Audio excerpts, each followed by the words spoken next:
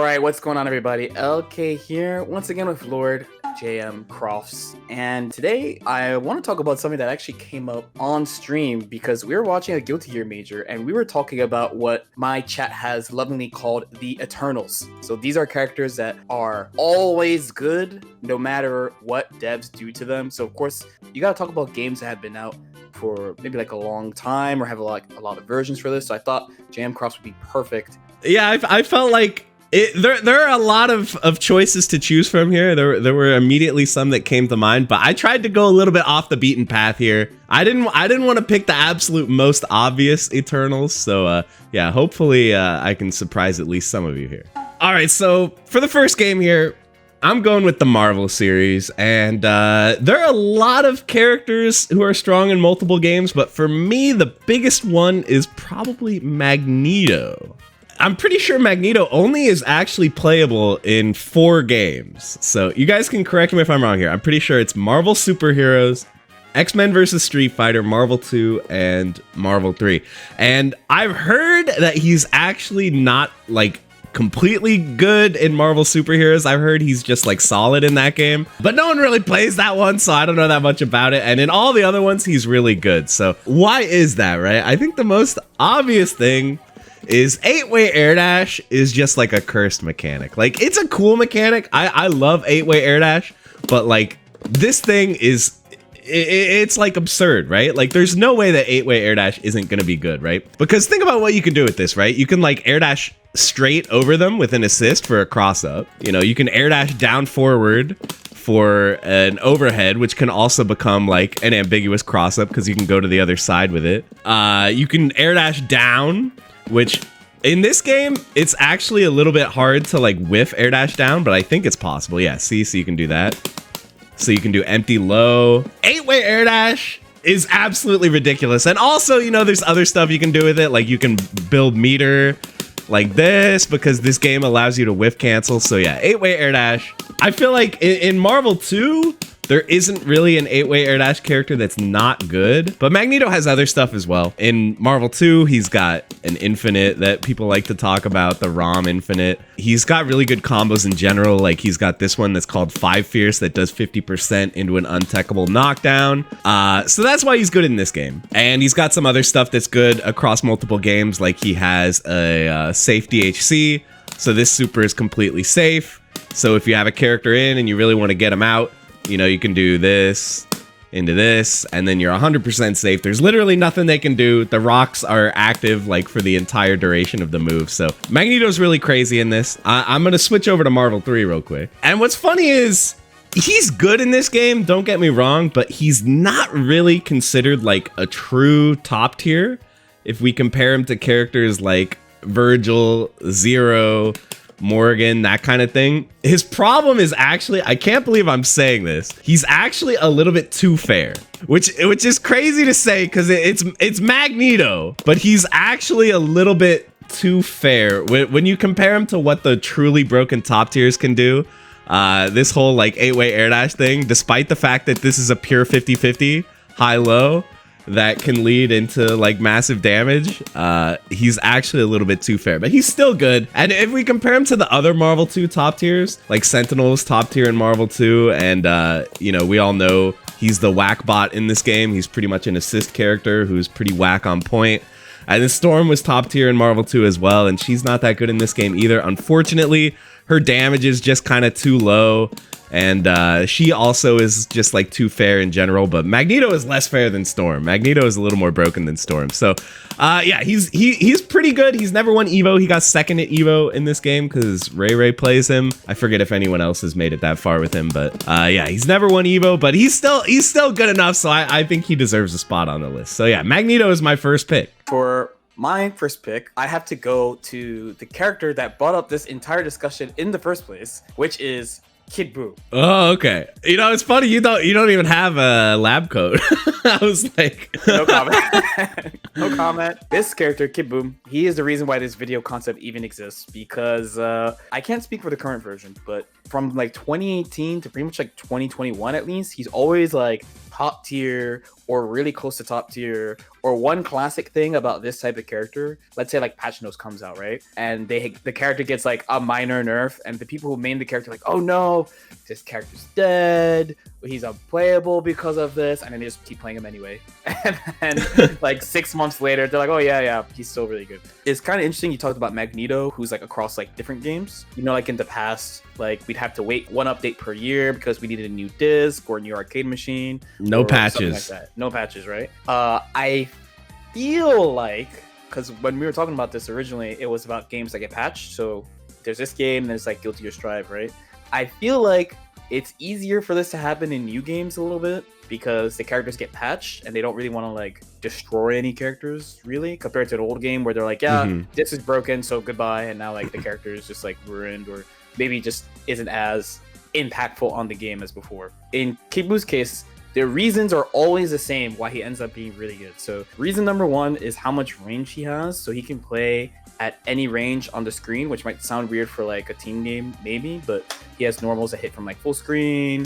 He has key blasts that are pretty low commit. Very important that he has an anti-air one that goes full screen, that he also has air movement options off of, which is really good. He is able to attack from the air to the ground very easily. So a combination like this, something he could just pop up right away like this. Boop, he's just there. He also has the ability to anti-air in this game, especially when the game came out. Very rare. Now it's more common, but when the game came out, it was very rare to have an actual anti-air that was not like 2H, that's like blockable or something like that. Because of this move and other moves like this, depending on what you're using, it's very easy to do mix-ups with him. This team as it is now, I would not be able to do so, but like before, you could just do this and then you get a 50-50, where now it doesn't work the same because poor 16, man.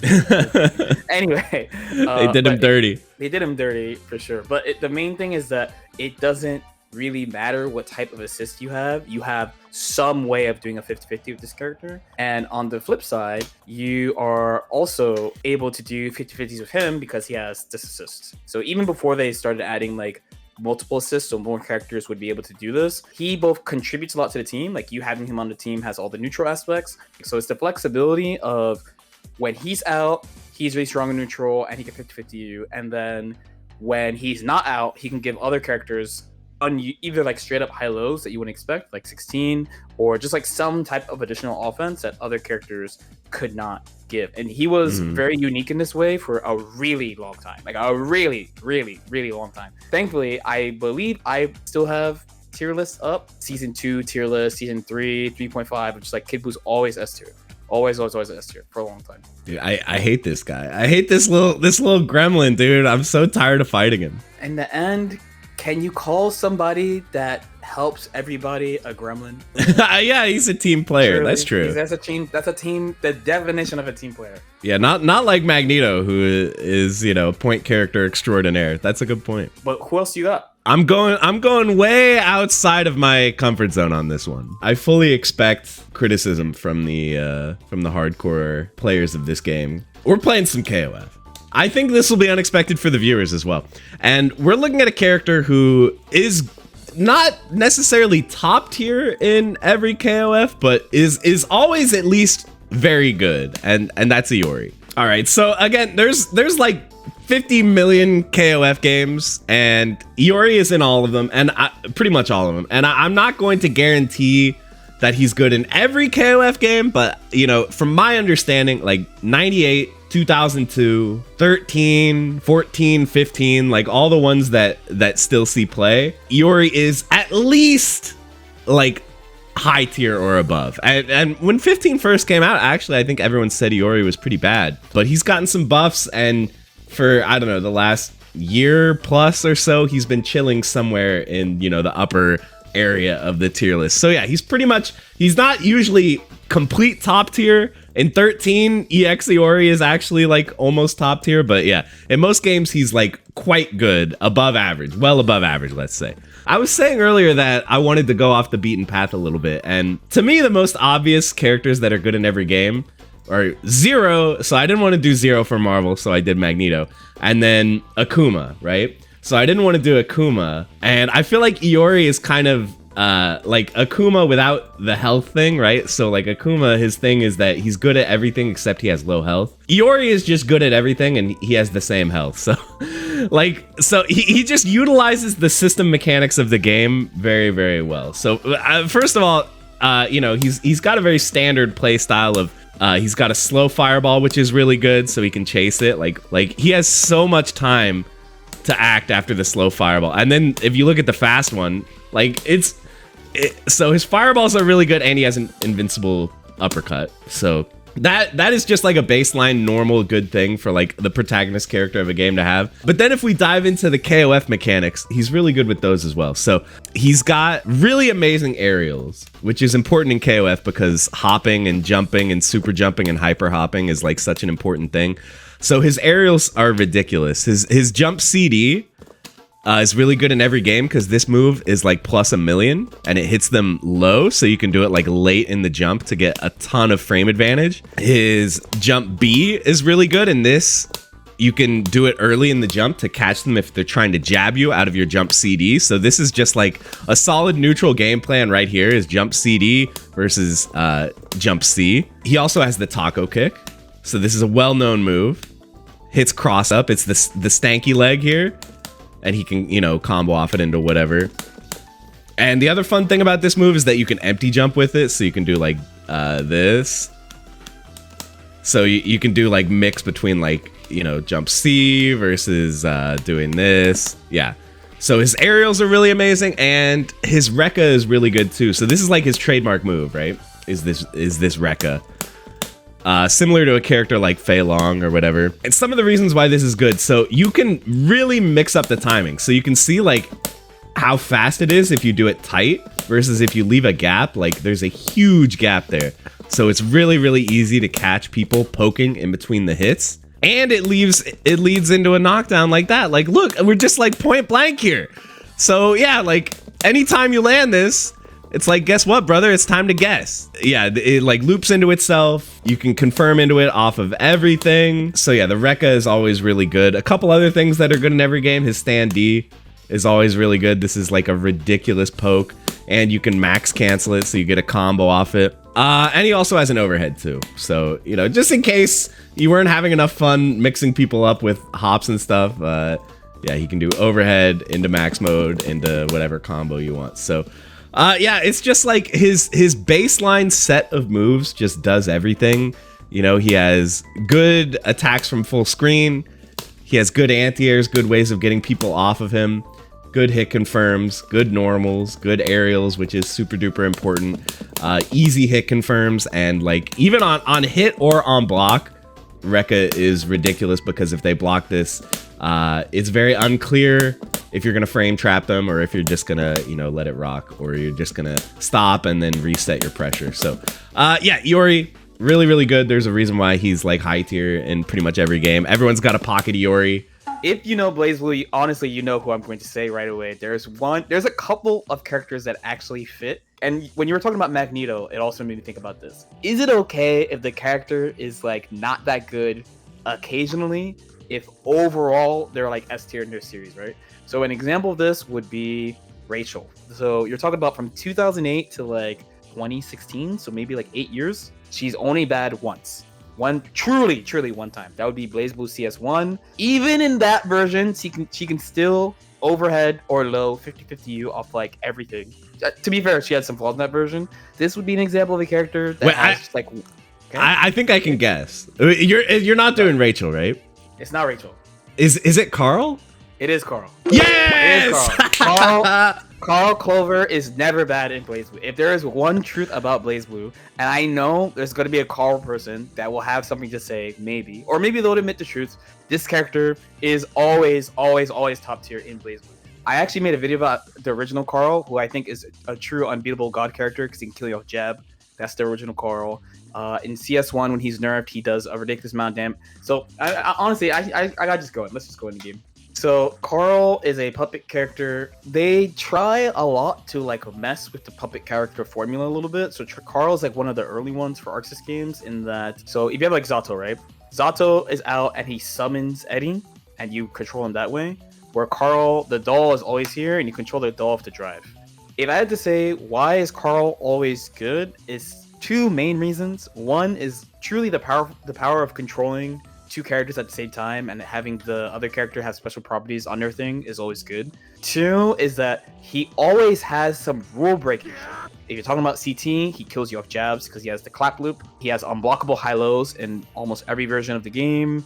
He has they took this out, but once they started adding 2-button throws to Arxis games, there used to be a glitch where you could like fly down to the ground while doing it, so like a movement glitch. So he had that, of course. While getting hit, he used to be able to control the doll on Wake Up, and she has like Wake Up armor moves and stuff. So he had that going for him. So he always has some unreasonable rule breaking thing while also having the normal puppet thing of, even though he has flaws like lower than normal life and he has like a step dash and things like that, just the prospect of controlling more than one character and having like the strong offense, the strong left rights with the roll that he can do, plus either unblockables or hard to blockables. I don't actually know what it is in this version, so there's a CF2 person watching.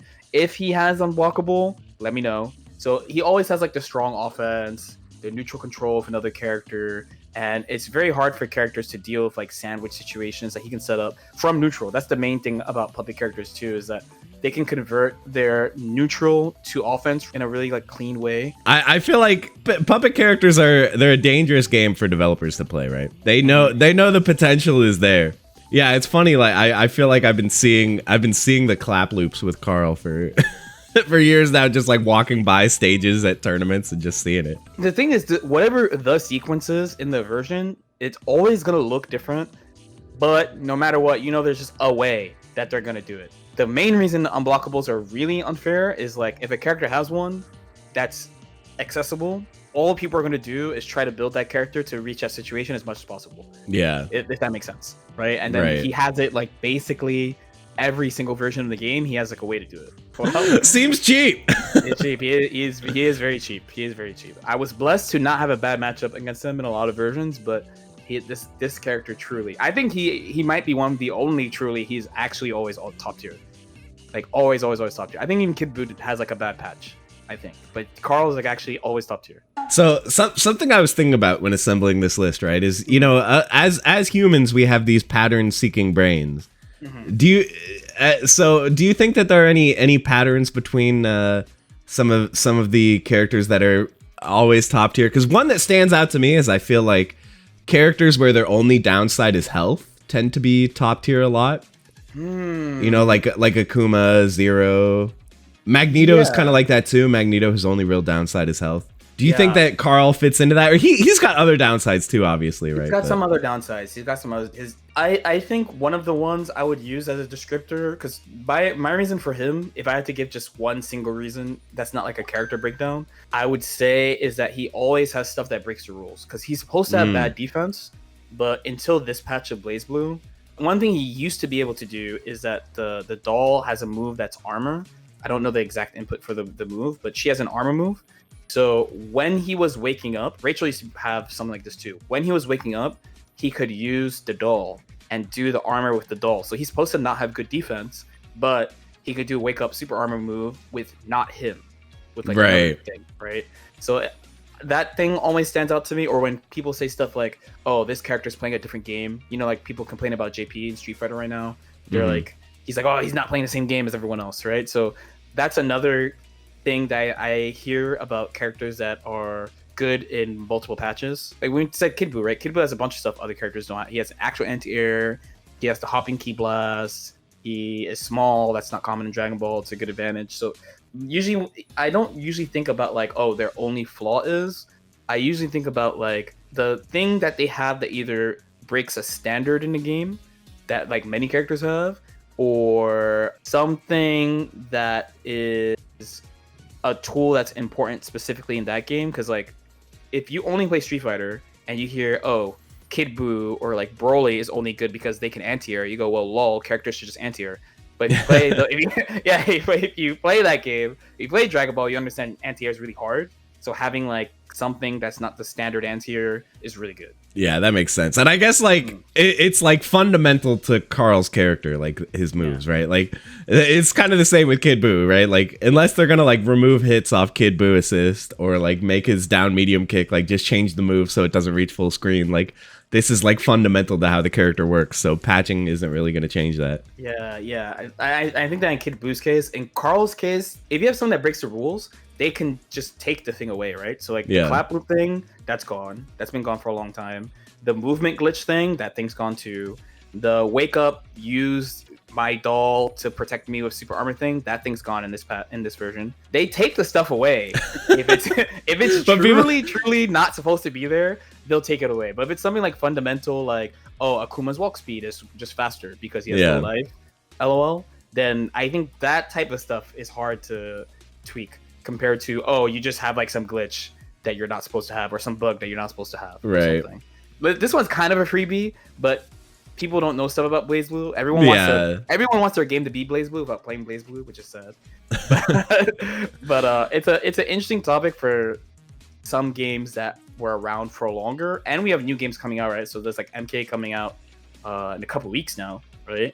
And Tekken comes out apparently in January. So I feel like even those games, like games that have a lot of repeated versions, that thing about like the fundamental thing about the character, I think stands out. Let us know what you guys think. As usual, if you guys have any questions or comments, definitely feel free to leave them in the comment section below. Shout outs to LordKnight for showing up today. Thank you. My pleasure. Had a great time. Thank you very much. And we'll see you next time. Peace out.